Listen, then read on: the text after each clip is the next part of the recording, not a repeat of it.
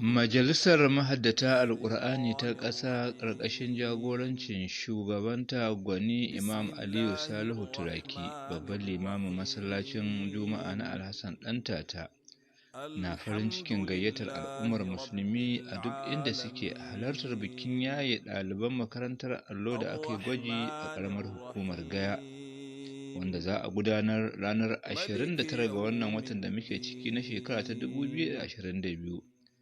An shirya taron domin yaye ɗaliban da aka gwada zamansu a gida, kuma cikin ɗaliban da aka samu yanzu har wasu sun haddace Alƙur'ani. Haka zalika akwai shirin ƙaddamar da asusun ci gaba da faɗaɗa shirin zuwa sauran ƙananan hukumomi 16 na Kano ta Kudu. Muna fatan Allah ya ba da ikon zuwa. Amin.